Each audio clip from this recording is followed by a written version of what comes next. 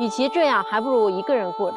其实我不想离婚，就是因为一场意外以后，我的人生和事业处在最低谷的时候，我不想拖累家庭和孩子，所以就离婚了，一时冲动。但是现在有些后悔，是想给孩子一个完整的家，幸福的家，所以说我想复婚。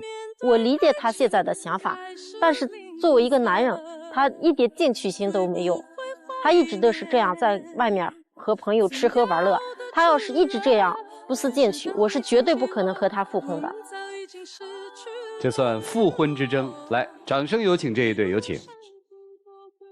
男嘉宾李先生48岁，来自内蒙古，自由职业；女嘉宾李女士45岁，来自内蒙古，公司职员。来，有请两位，有请。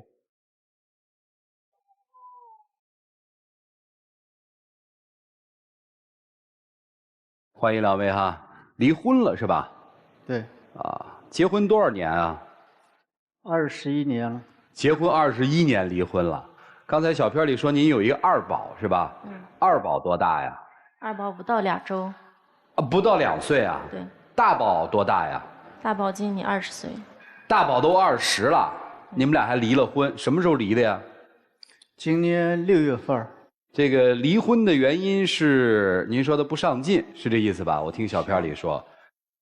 不像他说的那样，我咋能不上进呢？不上进怎么能生活20年呢？不上进怎么能生活20年？反问的好啊！6月份离婚，您提的。我提的离婚。现在您想复婚？对。当初干嘛同意啊？当时我有点大男子主义，有点义气，有点冲动。就答应离婚了。就答应离婚了。这20年的婚姻生活当中，经常提离婚吗？就最近2年吧。就是最近2年，就是有了二宝之后，是这意思吗？在有二宝之前也有，但是不强烈。上面写的这个自由职业，这个自由职业是多自由的职业呀？以前我是那个有职业的，后来就自己出来搞一些小工程嘛。都是跟建筑有关系的。所以在最近几年一直就没有做的，一直也在要账阶段。这个他的自由职业就是讨债、等机会、花过去的钱，是这么个意思哈。对。好。的原因也主要是因为他特别懒散，生活的经济压力都是我一个人承担。20多年都这样吗？刚结了婚还好点，过了2、3年，有了我家孩子，他就生活变得很懒散。那也就是说，有了大宝之后就不满意他。对啊。那为啥还给他生个二宝呢？也不是计划之内，也是意外怀孕。我也挺喜欢姑娘的。我先想，以为生了女儿，女儿是爸爸的小棉袄嘛，以为他会改变。结果他一直也没改变。您是觉得20多年，您没改变的这个事儿，有人会改变他了，所以要了二宝了。对。这个要完之后没多久，这等于就离了婚了，是这意思吧？是啊，不到2年。其实结了婚2、3年，我一直有离婚这个打算。就是好多事情造成的吧。你比如我结婚，怀孕5个多月的时候，为了家里面经济嘛，还在上班。结果那个啥，就是领了工资，我回去就快过年的时候就给他了。给了他以后，紧接着回他们老家过年。回家以后，他邻居叫吃饭，晚上就是他去了，喝到2、3点回来了，把我给他的工资一晚上就花光了。本来计划是第2天去我妈家给长辈买一些礼物，结果他一晚上就花光了。就从那一时刻，我就感觉就是这个人挺不靠谱，没有责任心。我那个时候就起了离婚的那个打算。等于10几年就埋了个离婚的种子，是吧？对。这个种子就一直在生根发芽，是这意思吗？对啊。我们那个风俗啊，就是过年回家了，这是朋友弟兄亲戚们坐在一块吃了喝了，众人花钱嘛。本身那会儿这个经济收入也不太好，结果这儿自己一意气之下就没有控制住，就把钱花光了。那这就回去以后，他就把这一点就一直记住了，一直就耿耿于怀。也不是单方面这个，感觉他结了婚之后脾气也变得越来越大了。就是生完小孩，我孩子2、3岁的时候，我就是去商场给儿子买棉鞋，冬天嘛。他朋友来叫他出去喝酒，他就把小孩一个人放到家里。我给家里打电话没人接，我就赶忙赶回去了吧。赶回去，小孩一个人在楼道里玩耍。他就把一个小孩一个人放到家里。那个时候我看到小孩一个人在楼道里，感觉特别心酸。我说你对小孩都这么不负责任。我是做自由职业的，那么就是说有好多以后应酬这些信息以后肯定得通过和朋友在一块儿以后才能上。那我走之后我也给你打电话了，我说我要出去一下。那你也能等到我回来再走啊？小孩一个人多不安全，万一跑下去丢失了怎么办？也就是说，儿子在2、3岁的时候您就自由职业了，是吧？啊，那个时候我就开始以后搞一些个体。行，我这么问吧，结婚20年来，这个家的主要经济来源是谁？我感觉就是我一直小孩生下没多久就一直这样上班，一直上班啊。咱们不说感觉啊，就是客观上是谁？真是这样的。认同吗？但是我也有钱的时候，我也给家里头，就是我不是说每个月开支，哎呀，或者见3万5万的也给家里头拿。就是您是3年不开张？对对对，开张11个月，是吧？一年每年就是到了年底结账嘛。我们不是搞这个建筑工程上干活。咱们非常客观的说，咱们今天不置气啊。这个男人给家里挣过钱吗？主要的是你还是他？反正几乎就是我一直在工作，他就是偶尔来点小活嘛。我感觉连他自己都绷不住那种感觉。也就是说，其实您认为一直是您在养活这个家的，是这意思吧？是的。这个认可吗？就是这么多年来，实际你们家的主要经济来源是你夫人，是你前妻啊，这么说比较好，认可合适，认可就认可了。所以其实就好奇了，为什么这次这么坚定要离婚，而且是在有了第2个孩子的情况下？老大现在独立了是吗？老大现在上大学，大2。还在读书读书。有了这个2宝之后，怎么下定这么大的决心要离婚呢？为什么？我就感觉他那个脾气，就是越来越暴躁了。我不是一直搞推销嘛。就是有一次吧，去外地推销去了，结果那天晚上没回去，那朋友都不回去，我也回不去。第2天早上我早早的没等别人起来，我就回家了。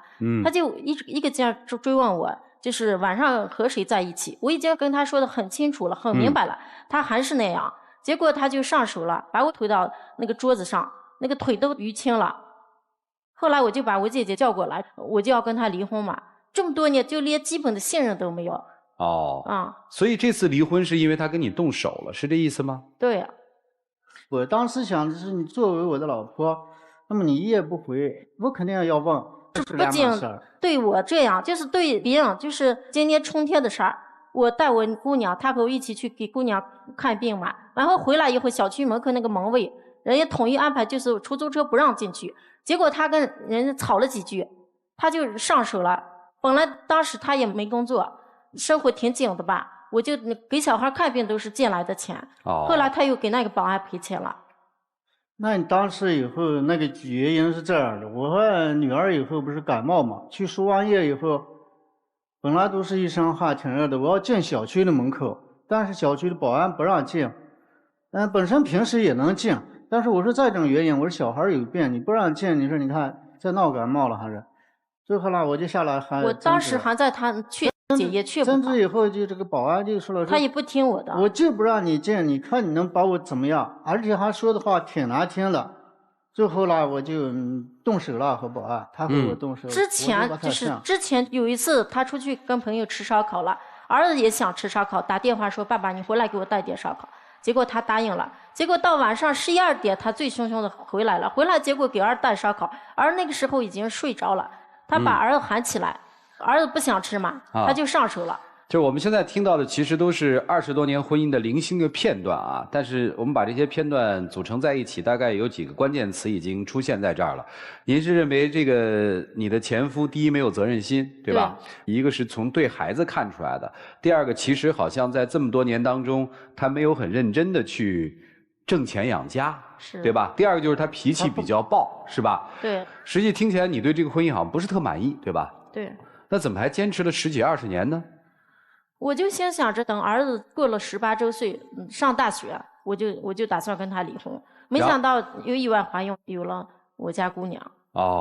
那这次怎么就下定决心一定要离婚了呢？我觉得他这个人没有上进心，而且对家庭特不负责任。去年国庆前一天，其实10几20年不都这样不负责任过来了吗？怎么不上进？去年以后我们有了2宝以后，过200岁我就出去了，因为就是我在家里头老等着要钱也不是个办法，所以说我出去找点活，去打工吧。最后从去年以后6月份出去干到这个9月份，哎，正好发了1万块钱工资，也是给朋友帮忙，哎，这朋友招呼的，给了1万块钱，就正好小孩上学。就是国庆就回来的时候，我想回去，但是正好朋友有点事儿。他那儿有点忙，让我去给他帮忙了。当时我也给他打电话了，我说国庆。在这个帮忙的过程中，我发生了点意外，就是火灾吧。就是把自己烧的以后烧成这个5级伤残。从去年10月份到现在就一直也影响工作，我的腿不是烧坏了吗？在这段时间他就说一直说离婚吧。当然我这个就是男人嘛，就那种脾气。他烧伤以后，那朋友送回来也没怎么管，写好协议，过年啥都没过来看，也没按那个协议上的履行，所以我让他起诉，然后咨询律师嘛，就是5级伤残，就是说肯定95%能赢，他也不听我的，他也不去起诉。最后离婚以后，他写的给儿子念大学生活费，给女儿每月2000块钱，他到现在也一直没给过。而且我儿子开学那个学费都是我自己承担。我再问几个问题啊，你们买房了吗？买倒是买了，但是买了房之后，他要盖那个办公楼，他就把那个房产证抵押了，结果5年不还。我还不了，怎么是不还？那能还了？那外头有钱，我也在外头。现在我去让人家要，人家也是没钱。你现在欠很多外债吗？也房别人欠你很多钱吗？外面欠我也就是100来万，我欠也就是基本上是差不多的。好，你们的离婚的协议构成到底是什么样的？所有的债务由谁承担啊？所有债务都由他承担。财产呢？财产也没啥财产。怎么想出要复婚的呢？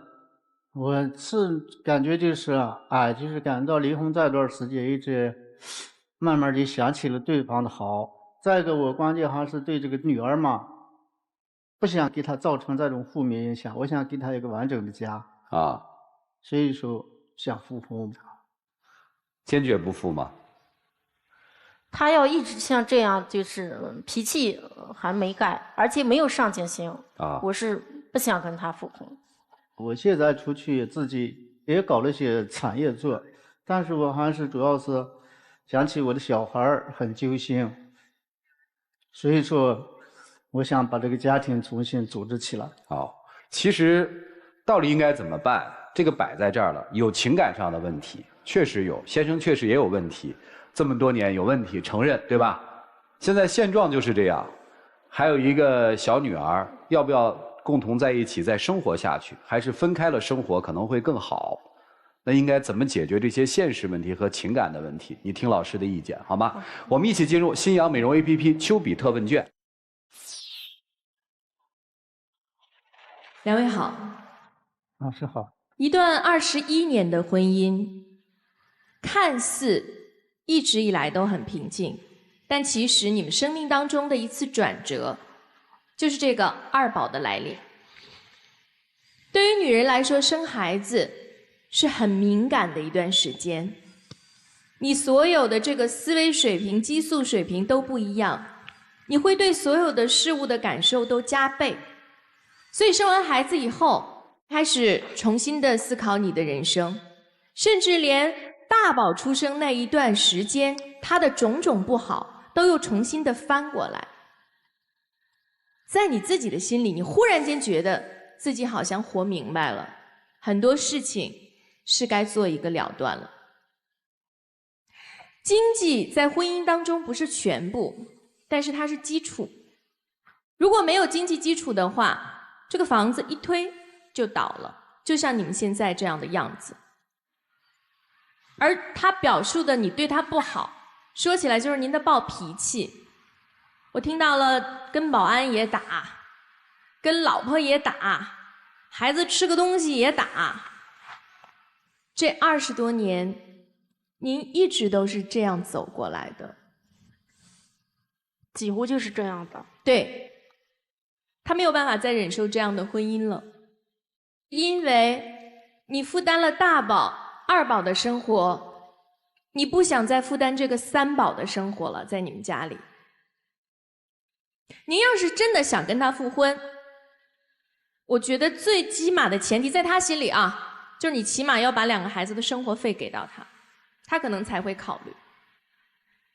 现在有这样的能力吗？会有的，我现在也在做一些事情，通过这个事情对我的打击也很大，所以感觉到还是得靠自己努力吧。人生就是这样的，3起3落。可能站在巅峰，也可能身处低谷。您现在就处于这种低谷的状态，但如果你自己不决定崛起的话，我觉得你太太可能是没有办法伸出这只手的。我们不会去判断孰是孰非，因为在生活当中自己的苦只有自己知道，他肯定压力也很大。但就你们目前的这个关系处理起来，如果想要改变，可能就是您这儿是一个切口。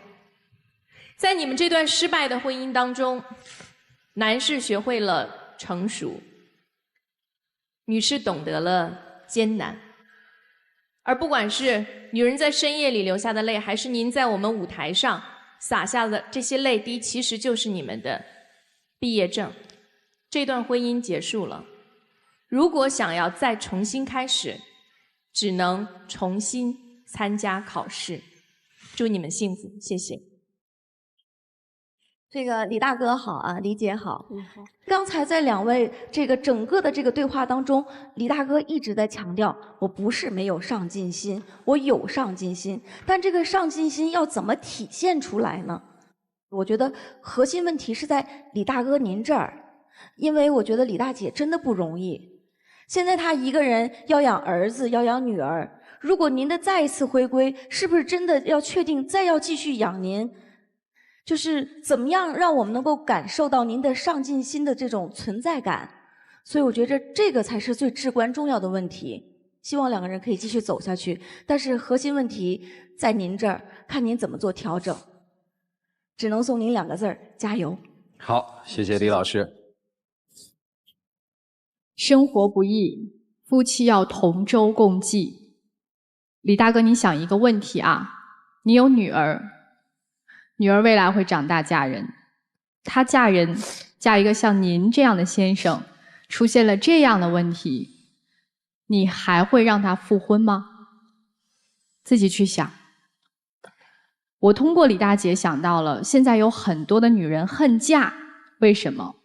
因为她们看到了一种婚姻的情况是什么？洗衣煮饭我一肩挑，工作孩子我2手抓，我饿了有外卖，出门有滴滴，我回家还得伺候一大爷，我结婚干嘛呀？我一人过得特别知足，我结婚干嘛？我要这老公干嘛使？这就是很多目前女人恨嫁的一个现状。确实，因为现实的原因，可能就是压倒你们婚姻的最后一根稻草。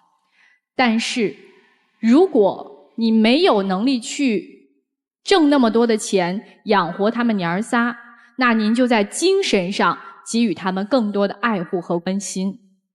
但是您恰巧在2方面都没有满足她，让这个女人哀莫大于心死，因为她跟您在一起生活，看不到未来的希望，她不知道未来的路该走向何方。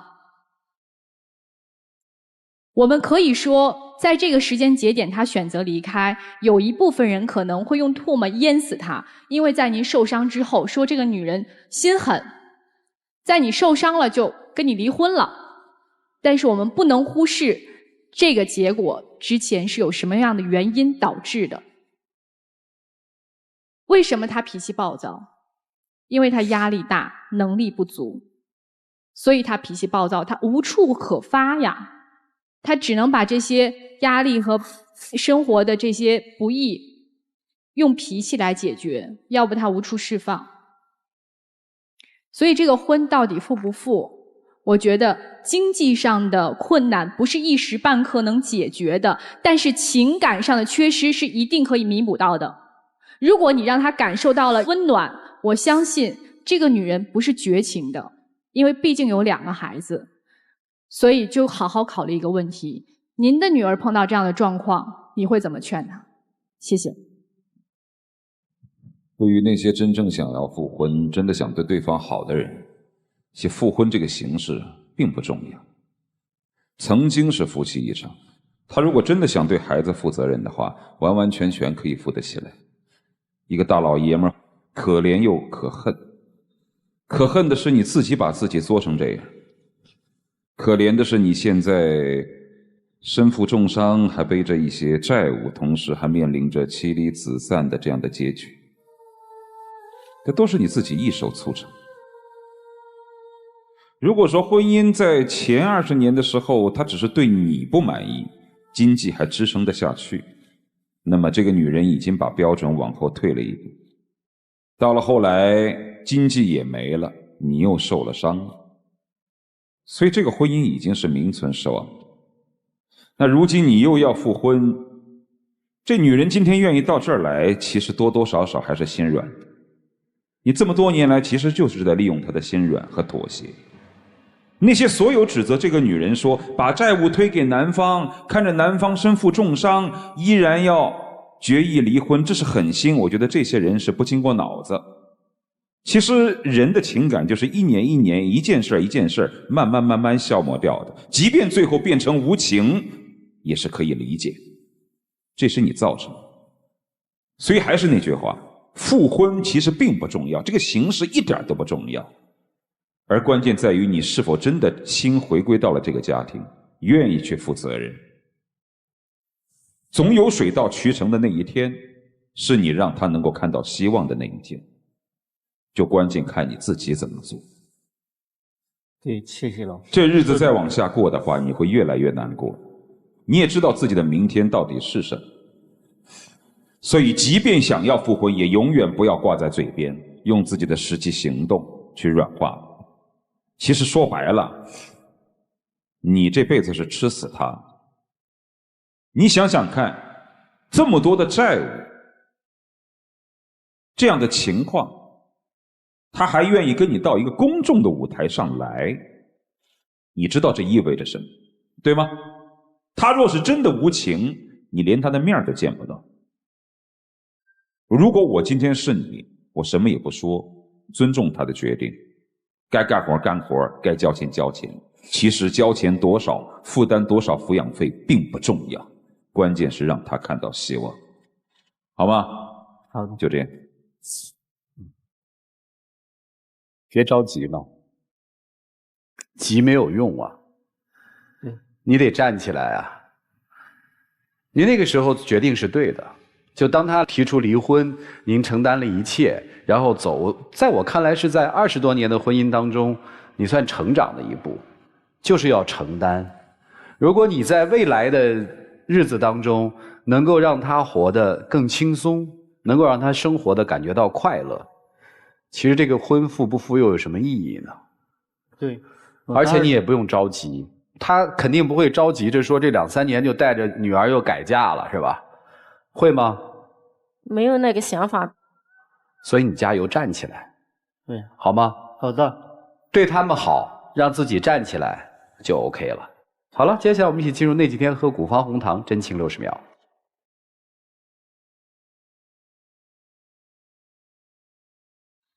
不管怎么说啊，就是以前磕磕碰碰这么20来年都过来了，通过分开以后也想到了你的好，然后呢，我又想到了这个小孩儿，说我想就是说，为了给小孩一个完整的家吧，想和你复婚，希望你给我再次机会。好，时间到，不做结论嘛，不做结果嘛，日子还很长嘛。其实我也相信，结婚20多年，2娃打断骨头连着筋呢。行了，谢谢2位，请回吧。哎，来，请关门。来吧，请开门吧。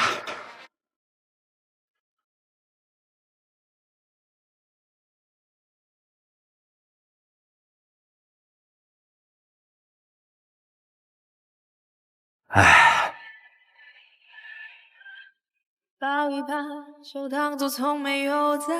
对这个结果失望吗？有点失望。有点失望。那你还愿意加油，让他们幸福吗？愿意。谢谢你啊，加油，谢谢，请回。我忽略自己，就因为遇见你。他还是挺笃定的，一开始，这边门还没开，匆匆就想往那边跑，结果咯噔，失望了。我相信，如果他成长了，这个家他还回得去。好了，来了解下一对的基本情况吧，各位请看。我和他在一起2年了，异地了1年。我觉得他越来越不在乎我了，心根本不在我这里。我在北京压力真的很大，不能像以前一样一直围着他转，他总是理解不了。我一直希望2个人可以好好走下去，可是现在见不见面对他来说都无所谓。我觉得熬过这段时间，等他毕业了就好了。可是他一直找茬跟我吵架，我一直也很累的，好不好？我真的已经很体谅他了，可是我们还是一直在吵架。到底是我太敏感，还是他真的变了？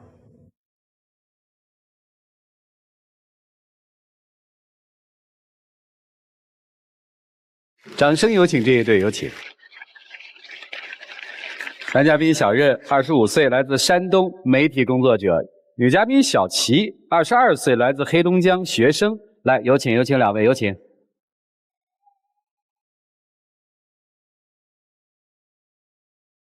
欢迎2位哈，今儿谁要来的？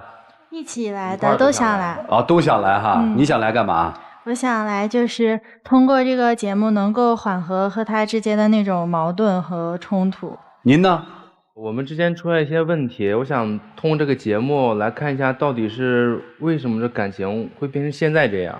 哦哟，这个想法还不太一样啊。一个是揪因，一个是要结果的。谈了几年恋爱了？2年。2年了。2年。异地几年啊？1年。为什么异地呢？因为他就是毕业了，要去北京工作，而我还在上学。你们过去是大学同学是吗？是。在哪儿读书啊？在济南。哦，山东济南。对。这个现在1个小时的高铁就到了嘛，1个半小时是吧？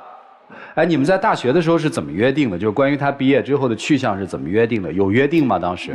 有约定。咋约定的？当时说的是他在济南工作，然后等我毕业了再做打算。就突然有一天他跟我说我要去北京工作了，就也没有说事先跟我商量过，突然间就走了，就是说话不算数。也不是，就是一开始我们是说过，一开始答应他的是，就是我在这陪他2年，但是后来觉得我学这个专业在济南就没什么前途，我就想去外面去试一试，所以说我就没告诉他我去试了试，然后结果就试上了。我就觉得他是说话不算数，就答应好了说陪我，然后到时候就临时变卦了。如果他当时要是通知我的话，就我可以说是跟他一起去面试，但是他没有说我要去面试了，然后就告诉我一下这件事儿。你更在意的是他隐瞒了你，然后直接给你一个结果，对吧？对。那么除了这件事儿之外，在其他的问题上，这个小伙子信守承诺吗？或者说也不信守？当时我们俩，然后他去北京了嘛，我心里是耿耿于怀，就是觉得他也没跟我之前说好，但是心里又挺舍不得他的。当时是一种挺依赖他的状态，然后2个人就说好了，说其实也挺近的，就是平时多沟通，就是生活上的事情多分享，一有空也经常来看我什么的。我想着就是异地恋挺一挺也就过去了，等毕业了再跟他打算。但是他就是变得很快，这1年就跟想的不一样都有哪些变化？刚开始的时候他也是就是回来看我，就每周周末都坐高铁来，我觉得还挺累的，心里就是挺心疼他的，又要工作又要来看我，我就说我也可以去看你。他就说女生坐高铁一个人觉得他不放心，然后他觉得自己来看我是一件特别高兴的事情。但是后来就这没坚持1个多月他就变卦了，就不经常来看我，也就是含泪就不愿意来了，就变成我老去看他了。是一开始就是我去看他，但是你也知道，就这么连轴转，我觉得我精力根本受不了，我每周都要回来，就感觉我就是那一阵儿就是精神特别紧张，感觉特别疲劳。他觉得躺着都比看我重要，就躺着就很重要。到后来就是我不主动找他说话，不主动给他就是发视频，他也不主动给我发，发了也就说几句话就睡觉了。他总觉得我还和就是在上学的时候一样，就每天可以陪他发微信啦、聊天啦、视频聊天的。当时在学校的时候肯定是可以的，但现在我工作了以后，平时就是工作已经很忙了，回到家就要睡觉。但就在这种情况下，我还每天坚持就给他发微信了，和他去聊。虽然聊不了多少，因为我们现在话题都是有些时候是在没话找话，但我还在坚持着和他去聊。哦，你都没话找话了哈？也不算是没话找话，就是接不上茬了。哦，是你接不上他的茬，还是他接上你，还是你们俩都觉得有点没话找话了？就觉得跟他的沟通越来越少了。然后就是他当时就是答应我的事情都没有做到，都变成我去找他，然后就找着他，上赶找他，他还觉得就是找出错来了。哦，什么叫上赶找他还找出错来了？这什么意思？我俩假期就是约好我去找他，但是我早上就是睡过了，没赶上高铁。当时就是节假日再买到北京的票就没有票了，但是我查了，从北京到济南有票。我就打电话跟他说就是我没赶上高铁，但是你可以来看我，从你那儿到我这儿还有票。他听了之后也没说先安慰我没赶上高铁，就先训了我一个，就说啊，那你为什么没赶上高铁啊？让我来找你，那我来找你我多累啊！就有票，我觉得我也挺累的，就不想来找你了。后来再找来了吗？没有，后来就是因为这个事儿就一直吵了一上午，但是我心软了，我觉得好不容易有一个假期，就还是想去看他，但是我是后来坐大客车去看他的。哦，你们要不吵的话，大客车已经到了啊。这一见面之后就好了，还是又有冲突和矛盾了？一见面心里这个事儿犯恶心，心里就老寻思这个事儿。当时说我一个女孩坐车不放心怎么样，那现在让我坐大客车，他咋就放心了呢？他很不能理解我，就那个长假那个事儿，我当时也给他说过，因为我在北京，我当时虽然是不上班，但是不代表我不工作呀，我那离不开呀。可能他平时周末什么的，一个电话过去，我还是得去工作。所以说我给他说这些，他就不理解我，就一直和我吵架。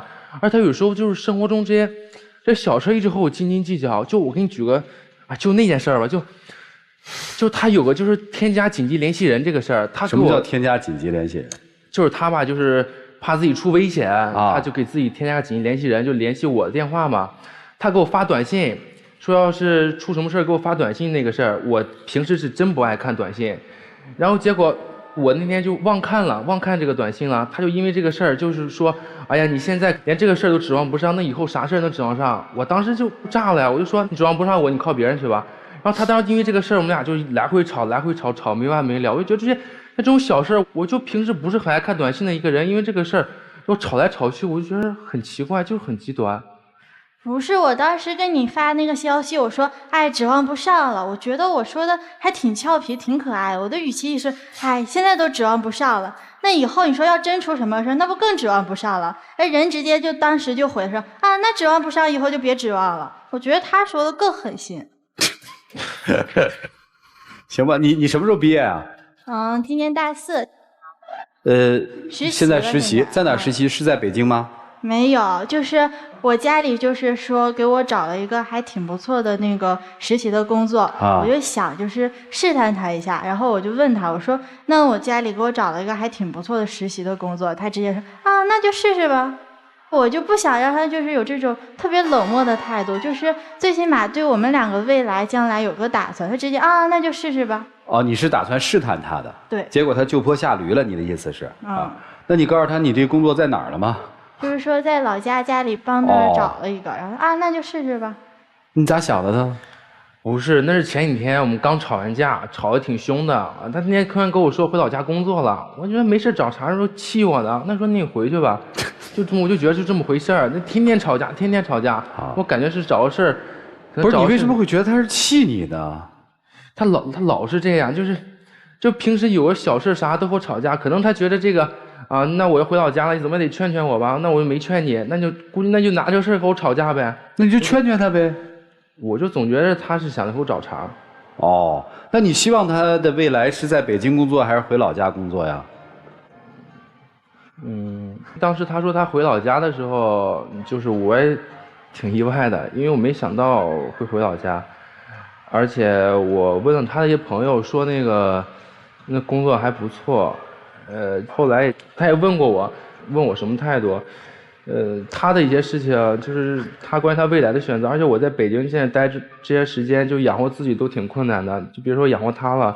所以说我感觉我怕我去给他去说怎么选择，就会影响他的以后的未来，所以说我不想那么自私去把这个选择说出来。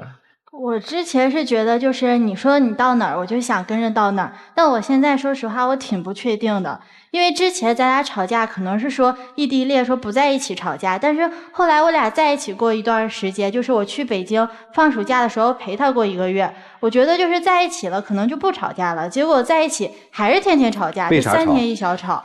就是在我去北京之前，我就寻思是我假期嘛，然后我就在网上查了很多好玩的小攻略，那些好吃的什么的，我就想跟他一起去吃地方的那种特色小吃，然后去逛街，去玩密室逃脱。但是就是到那之后，他都没领我去，就领我去家附近的小吃馆吃饭，然后也没有领我玩陪我什么的。我想让他陪我像以前一样在大学里的时候，但他都没有，就是2个人还是吵架。男生，我有个问题想问啊，女生也回答，这个问题是共同问的，就是关于未来你们是怎么打算的？我之前是想就是跟他在一起，就是他在哪儿我在哪儿，但是我觉得我俩现在的感情太不稳定了，就是不在一起的时候吵架，这在一起了也吵架，就心里觉得没有谱。就是我怕我到时候老家的工作也没有了，到时候来找他，到时候感情也没有了，就觉得什么都没有了感。男生，那你现在这个问题你正视一下，应该怎么办？就女朋友现在对你们这段情感很担心，她可能想回家的愿望更强烈一些，因为对这个情感有点担心嘛，害怕嘛。那你怎么想呢？其实以前我们感情一直很好，但是从我北京一工作，然后一踏入社会，就和以前不一样了以后，就我们之间的关系，包括以后的未来的选择，我自己有时候都不知道该怎么办，所以说也很难就是给他一个很正面的一个答复，就是我也在纠结。男生如果没记错的话，是要问问到底谁变了，是吧？你觉得谁变了呀？我觉得多少都会有一些吧。日子变了，感觉行吧，让老师帮你们正视一下你们现在面临的这个巨大的问题吧。我们一起进入新阳美容 APP 丘比特问卷。上来就跟我们说你们2个异地恋1年了，异地恋说这个锅我不背，跟异地恋一点关系都没有。你们2个啊往这一站，我一眼看过去我就知道，这个已经毕业了，这个还没有毕业。因为女孩的脸上写满了明媚的忧伤，男孩的脸上写满了无奈的沧桑。这是为什么？你们2个的矛盾其实是身处于不同人生阶段的矛盾。男生的矛盾是什么呀？领导对我的要求跟我能力之间的矛盾，我期盼的那个温馨小屋和毛坯房之间的矛盾，想要吃的那顿大餐和兜里的钱之间的矛盾。当一个人从校园步入到社会，他的心很多时候就没有办法由自己决定了，而你和他的矛盾就是安逸的校园生活和职场新人之间的矛盾。谁变了？赵川老师说对了，日子变了，生活变了，角色变了。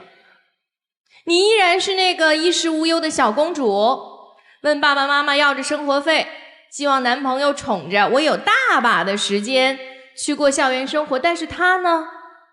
你看他的那个脸和在学校里的那个脸是同一张脸吗？他的那个人和当初你认识的那个人是同一个人吗？这是生活给他上的另外一堂课，而这堂课你没学到，没参与。你知道他有多难吗？我告诉你，有一句话说的特别对，躺着就比你重要。我们上2天班真就特别想躺1天，特别累。可是你没有办法体会这种累，这种巨大的身体的和精神的压力，对于一个职场新人的挫磨。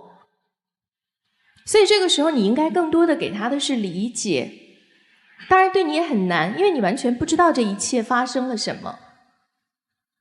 所以你们之间的矛盾怎么解决呀？回家等你毕业，等你毕了业以后，等你去工作，你就可以和他感同身受，理解他现在的处境和对你的态度。你们刚才所描述的所有问题都将不是问题，但你们现在要面临新的问题，就是毕业以后你们的爱情何去何从。我听到了3个字，叫做不笃定。不笃定你们的未来，不笃定你们的情感，甚至不笃定眼前这个人就是我要的那个人。男孩说得很对，他没有办法对你的未来做选择。为什么？因为他知道人生有多难。他帮你选了以后，如果错了呢？所以他今天也不会在现场给你其他的承诺。为什么？因为他知道自己做不到。上嘴唇一碰下嘴唇，说多简单，但是要做，这1年给了他非常大的教训，和他对生活有了全新的认识。所以我建议你来做决定，爱就去追他，不爱就自己飞吧，好吗？祝你们幸福。门一开的时候，我就觉得走出来了一对金童玉女，但是刚才听起来的时候，就觉得这个2个人聊的都是一些过家家的一些小事。女生希望男生能够多一点包容，多一点关心，多一点爱给你，对吗，小琪？但是对于小任来讲，他觉得他现在最多的是什么呢？初出茅庐，走向社会，有更多的这种压力感和责任，突然呢就是在身上有一种担当。但我相信他也是为了你们2个人的未来去着想。因为刚才2个人一直在讲，那我们的未来应该怎么样啊？我这个现在不敢笃定啊，我们2个人会不会有未来？所以刚好借着一句歌词，你们的未来不是梦，应该认真的过每一分钟，对吧？你们的未来不是梦，所以呢，希望你们能够跟着你们的心一起去动。我相信其实小任现在这么努力，也是为了这个以后给小琪更多好的生活嘛，是不是？所以这个小任应该在北京啊，努力工作，多多加油，好吗？在一起啊，在一起。2位好啊。男孩刚才用到了一个词儿，我特别刺耳听的，说坚持。我一直都在坚持，就足以见得这段感情在你心目当中现在是一个什么样的位置，是多么的煎熬了。但是这个话虽然是这么说，躺着比它重要。可是我在有一部剧当中听到这样一句话是说的，他说生活里面有很多不是必须有的事情，却是必要的。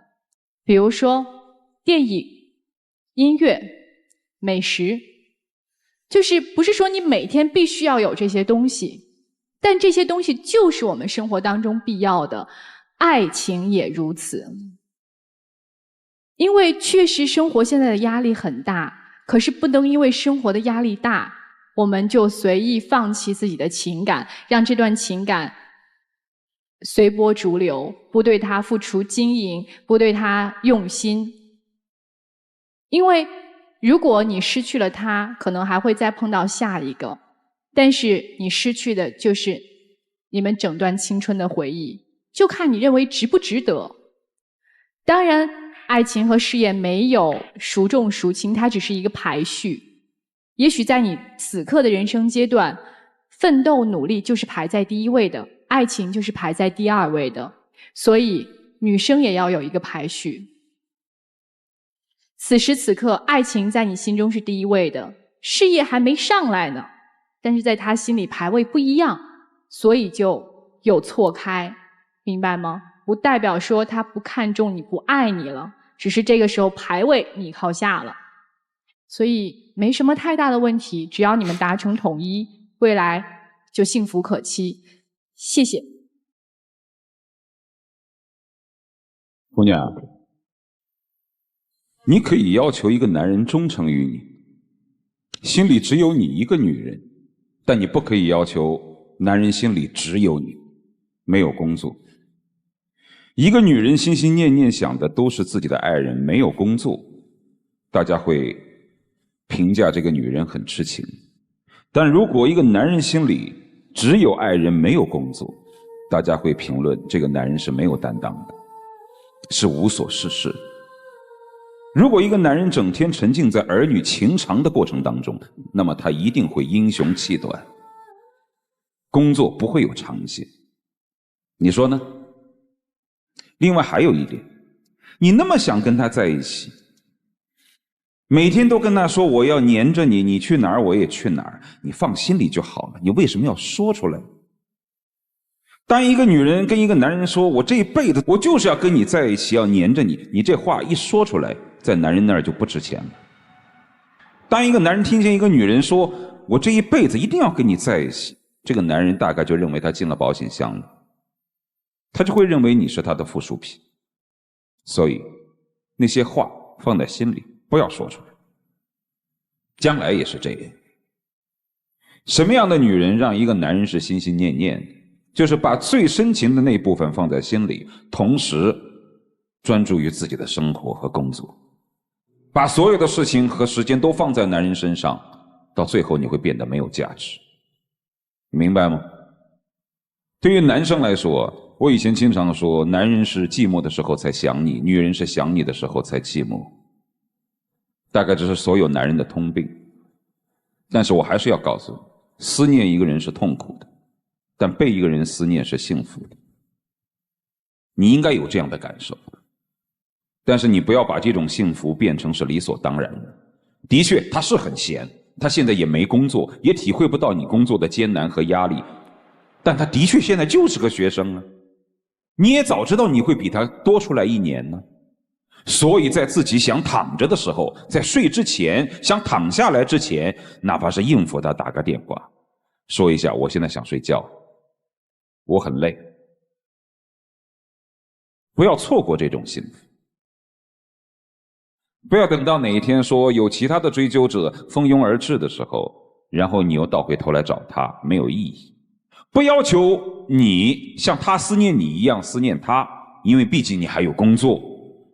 但是最关键的该做的东西是要做的。你未必要像他那样琐碎的去表达自己的情感，但是在一些关键的日子，在一些关键的时候，察觉到他内心的低落，其实哄起来还是蛮好哄。你说呢？所以还是那句话，爱需要练习，一起练习，好吧？就这样。就按老师们说的去调整和改变吧。你学会欣赏和享受他纠缠你的方式，纠缠这个词我们打引号。女生学习一下所谓矜持和小技巧，吊一吊他的胃口，再异地一下试一试，未尝不可。不是还没毕业吗？能不能把这段时间作为一个你们自己情感的调整期？其实如果愿意还是可以，但是不要勉强，坦诚才不伤害，不坦诚，过去之后才会变成最大的伤害。好了，接下来我们一起进入那几天喝古方红糖真情60秒。可能来这儿之前没有很多的顾虑到你的感受，然后很多的你的想法也是可能刚刚知道。反正我希望以后的话，我会协调好工作，还有对你这件时间或者经历的一个关系。我希望还是像以前一样，就是答应你的事儿，我一定会做到。那些诺言不想再去失信了，然后更多的去换位思考，去为你考虑一下。我觉得这1年以来，我被迫接受了很多东西，被迫成长了很多。就看别人都是怎么样，自己就是要自己一个人面对很多事情。就有时候对我们的感情，我真是不是说有太大的确定，我是想好好沉下心来想一想，我们到底该怎么办。谢谢2位的分享，请回，谢谢你们。2年恋爱，其中有1年是异地，异地看来真的挺考验的。来，请关门。来吧，让我们看看这对年轻人自己的选择，请开门。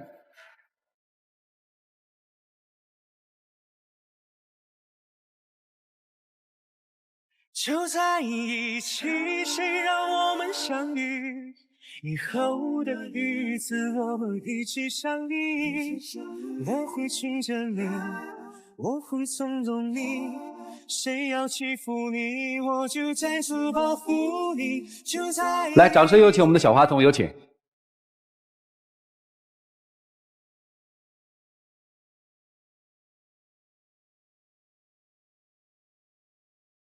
来，我们见证这对年轻人的浪漫时刻，请见证。之前，哎呀，也让你来回跑，也挺对不起你的。后来想想，确实有些时候是我太自私，我觉得我还不够成熟，这些东西，工作和感情，更要学会去怎么协调。以后我会努力的。我还是挺舍不得你的，觉得是有时候自己挺想着自己的感受，忽略你的感受。可是我有时候也挺委屈的，就是有时候我也想做的挺好的。会好好工作，会养你。在爱里等着你，未来变得那么清晰，在爱里全是你，思念让心跳无法呼吸。爱本来祝你们开心啊！回去吧。也许是不经意，相遇在人海里，就知道是你。